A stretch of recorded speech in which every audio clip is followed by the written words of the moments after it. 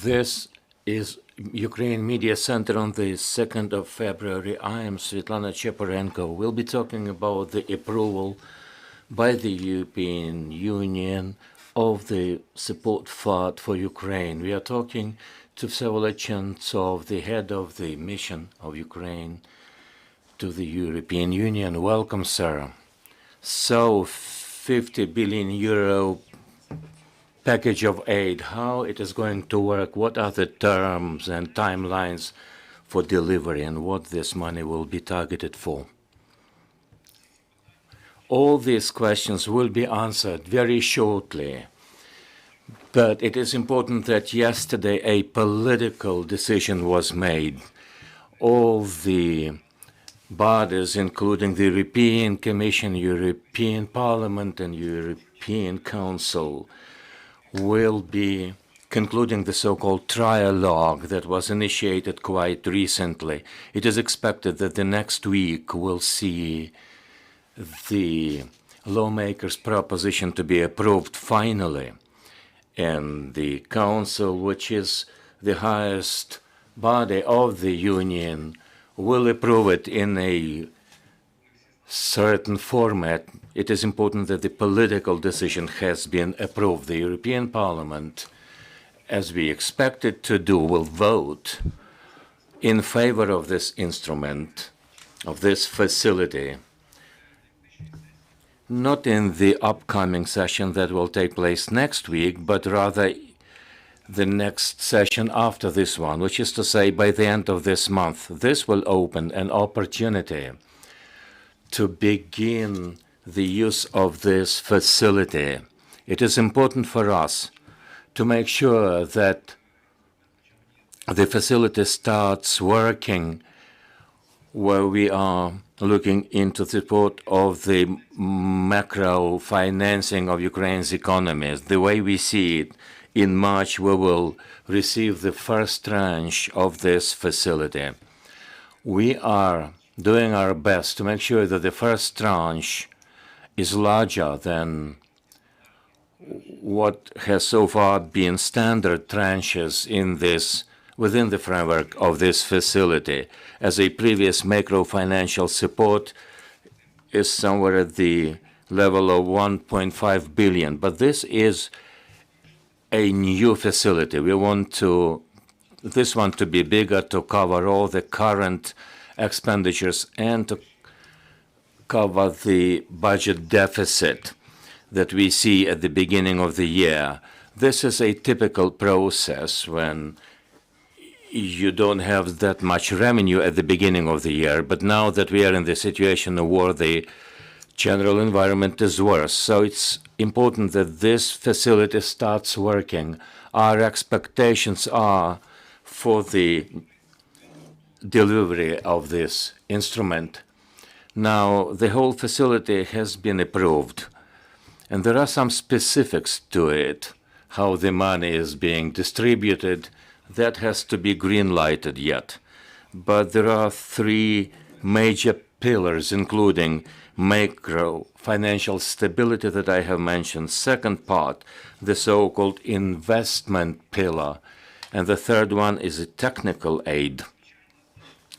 To be sure, the major part of that money will go for the support of the macro-financial stability. Investment pillar is approximately, for the whole period, somewhere at the level of 8 billion, and the technical aid is much smaller. That does not mean that all the needs of Ukraine will be covered through this investment pillar. Rather, this is seen as a beginning of the reforms in these key areas of economy that will promote the Ukrainian reforms and recovery of the country, the green transition, the support of new technologies, etc. In a nutshell, this is the structure of the facility. You have raised an issue that I wanted to talk about, 50 billion euro. include the green technologies, but what are the priorities in the implementation of this process? The implementation of the facility is tightly connected to the plan of the recovery of Ukraine. This plan has been developed by the government in close cooperation with the European Commission. It will be approved in the nearest future. It is supposed that this will be approved with all the legal procedures included. This will be a comprehensive reform plan that basically is preconditioned on the demands and conditions by the European Union, by the European Commission, including the demands in the context of our accession to the European Union. And of course, it includes the negotiation process. Basically, all these negotiations that we are talking about and hearing from the mass media and the expert community, all these 35 chapters, to a smaller or larger degree, will be covered by the facility. The economy of recovery, of course, will be divided into sectoral components. Can we say that this steadfast EU support is an important signal for the Ukrainian cause on our way to the European Union? Of course, this is a facility that is a financial and economic basis for these reforms. They are strictly tied to the whole process, as I have already mentioned. This is a very positive signal for our partners beyond the European Union. It was yesterday, right after the approval, the President of the European Commission, von der Leyen, had a talk with US President Biden. We know about the wranglings in the American political life. This is a very good signal for our allies across the ocean. So yesterday's decision is a meaningful one, not only for our bilateral relations with the European Union. Is there a risk yet that during the next review, other European countries apart from Hungary will be able to block the decision or prevent it from being effected? If you know the text, it tells you that the European Commission will inform the Council on the progress of the disbursement of this facility. We don't think that this will affect and impact the final decision. It is important that there is a proviso that, if need be, a review of the multi-year financial prospect will take place in 2 years' time. What does that mean? It means that it has to do not only with our part of the facility, it also concerns the other components of the future prospects, the money that will be allocated for the issues of migration issues and others instruments that were approved yesterday as well. It does not necessarily mean that such a review will decrease the money delivered to Ukraine. It's a smart decision because it can be adapted according to our needs. As we see it now, the facility will grow rather than decrease. Answering your question, I haven't seen in yesterday's decision any possibility for any member state to continue to keep Ukraine on the tenterhooks in a year or two. What are the prospects for setting up a special fund for military needs of Ukraine? This is a question that was discussed yesterday too. So far, we haven't locked in any special funds that the member states had agreed to put into the special fund, but the consensus is there that the special fund for military aid will be there. Why is it? The European so far has been delivering military aid to Ukraine through other funds. There was not a special fund. When the fund was launched back in 2021, it amounted to 5.7 billion, and these were off the budget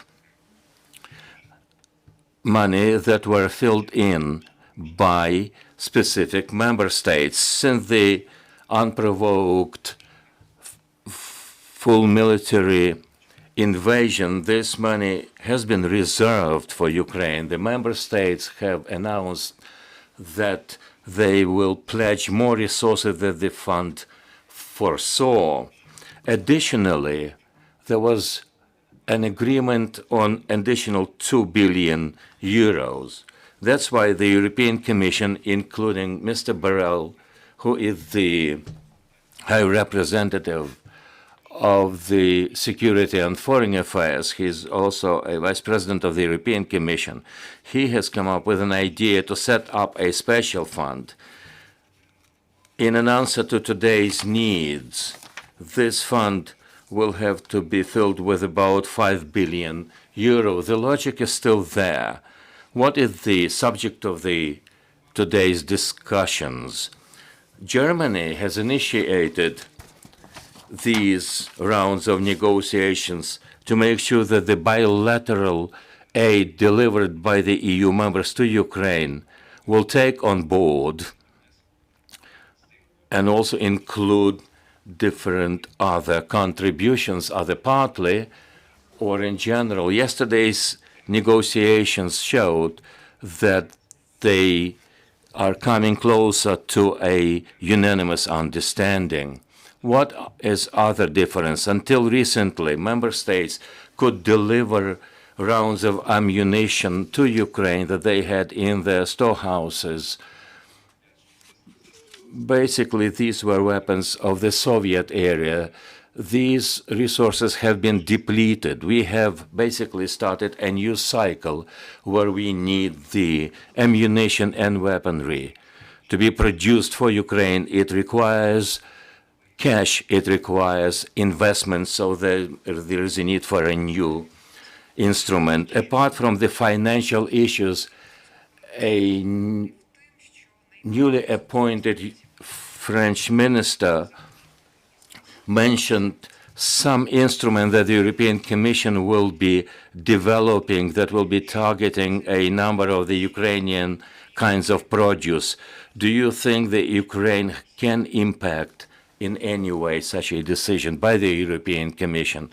Of course, Ukraine is a key component of the European agricultural produce. Apart from the war, our agrarians are showing good results, and of course we are delivering some kind of pressure upon the European producers.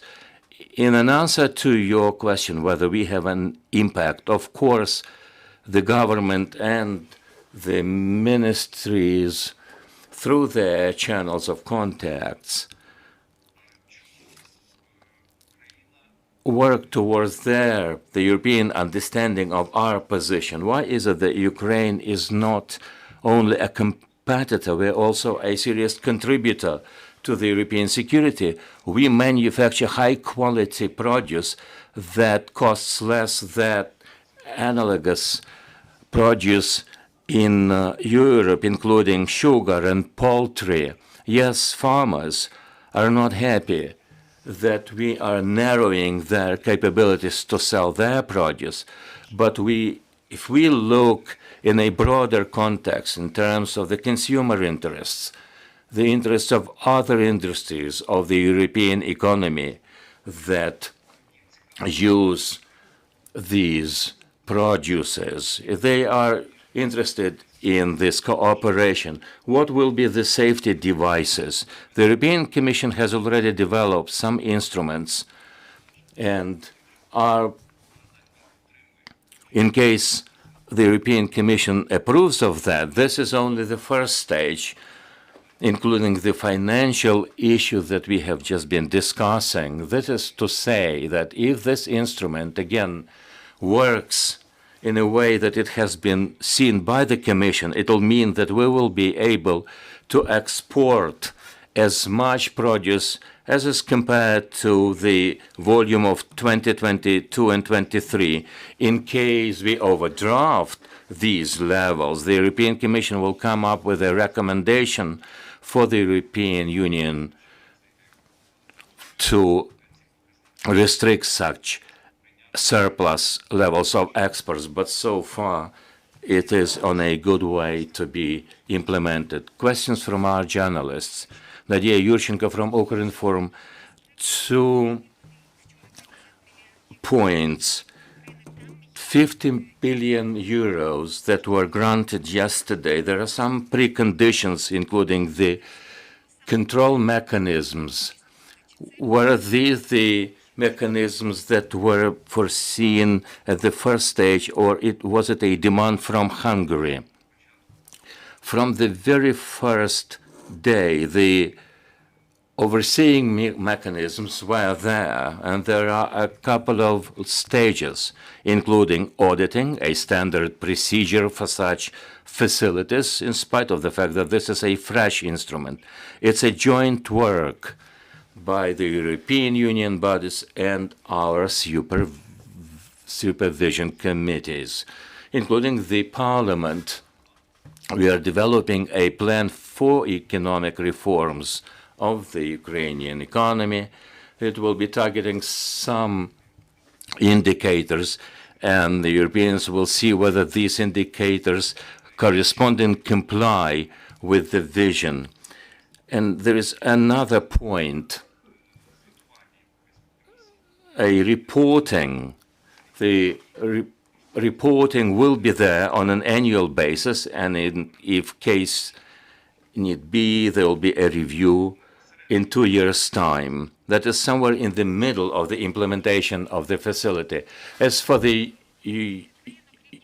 Ukrainian Fund for Peace, how many countries believe that this is a common position? That is to say that there is a possibility that we will not receive the money that we so desperately need.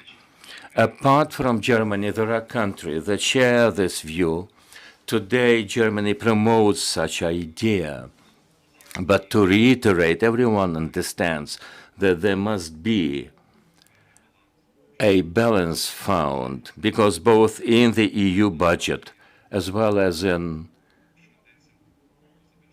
we talk about the off-the-budget monies, the logic is that the states that can pay more would do the things, and the EU members that need to be financially supported will also be able to use it. At the same time, to use their manufacturing capabilities to help Ukraine as best as they can. What we are talking about is that to preserve national interests of every particular country, but at the same time to make sure that the result is achieved. That is to effectively aid Ukraine as fast as they can. Thank you very much. We've been talking to Vsevolod Chentsov, the head of the mission of Ukraine to the European Union, on the approval of the aid package to Ukraine by EU. Ukraine Media Center will resume work and our operations next Monday. Stay tuned.